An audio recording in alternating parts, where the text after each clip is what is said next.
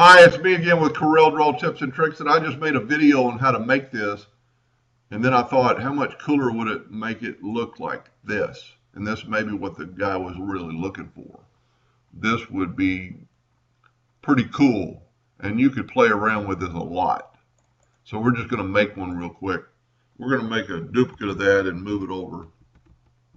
So there's our original cross. I'm going to hit P and put it in the keyboard, or center of the, center of the page. I'm going to go up to effects and I'm going to contour to the outside, the 1.53. We've got that. I'm going to take the Smart Fill tool. I'm going to fill that in and I'm going to cursor that down. I'm going to left click, right click. I am going to break our contour apart. You need to do this kind of all before. Check that line to make sure it's not a hairline. It's 1.75. Your outside, we need to change to a hairline so it will cut out later. And we've got that. We do not really need to worry about these lines. And then how I've created this, they'll look pretty cool. I took a 1-point line, or just drew a line. Let me zoom in here a little bit. And you could play around with this number. I'm going to Control D and make a duplicate. I'm going to move the rotation to that edge. I'm going to rotate it 1 degree. Now to make it equal, I'm going to double click on this line and put the rotation. This is our original line. And I'm going to rotate it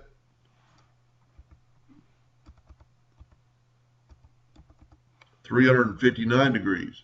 That makes it equal on the page.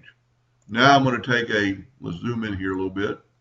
Just take a 2-point line and just draw it from that node to that node and complete the box.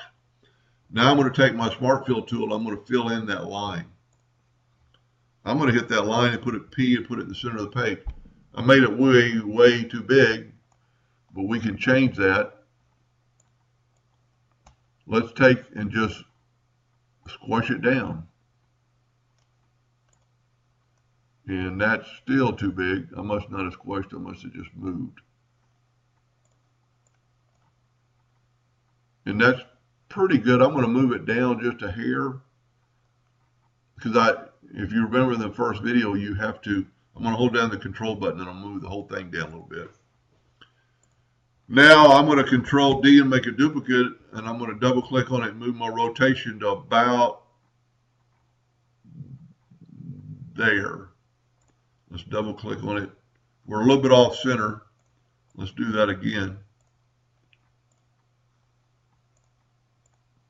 We want kind of like in the center of that black. That's good enough. Now I'm going to rotate it 2 degrees. That's not enough because I'm too thick. Let's rotate it 4 degrees. Let's see what, 6 degrees. So I made my line way too thick. Let's do this. Let's back up here. And before we have a duplicate, we need to move it out of the way because you don't want 2 there. Move that out of the way and just put it back. I just made my line too long and too thick. So now we can take and just squash this line down quite a bit narrower. That looks good. I'm going to hit P and put it in the center of the page. So I'm starting in the center. And really what I ought to do is turn this thing 180 degrees so I know I'm at the bottom and I'm going to catch that edge. Now Control D and make a duplicate and put the rotation about there. And we're at 180, so I'm going to go 182. That looks pretty good. And then just keep duplicating around.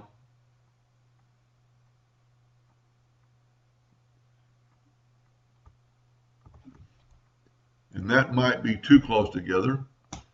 And really what I should have done also, I should have moved my cross out of the way because it's going to be a little difficult to catch it, but I got it.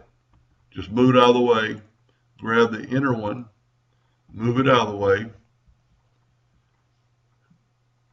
And then let's select both of them. I'm going to hold down the Alt key and just hit.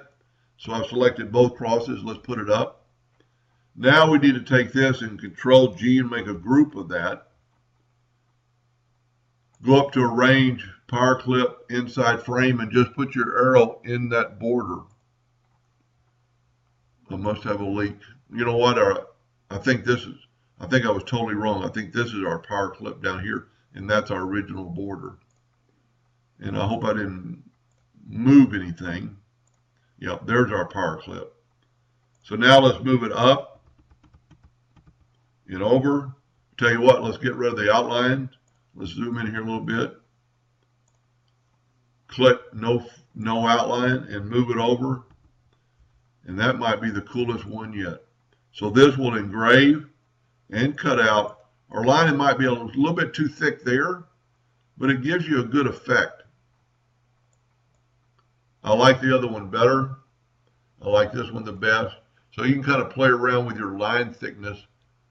I just drew that first line way too thick. This way you've got space all the way around, and it kind of looks like it's from the center going out. Anyway, I hope it helped them a little bit, and thank you for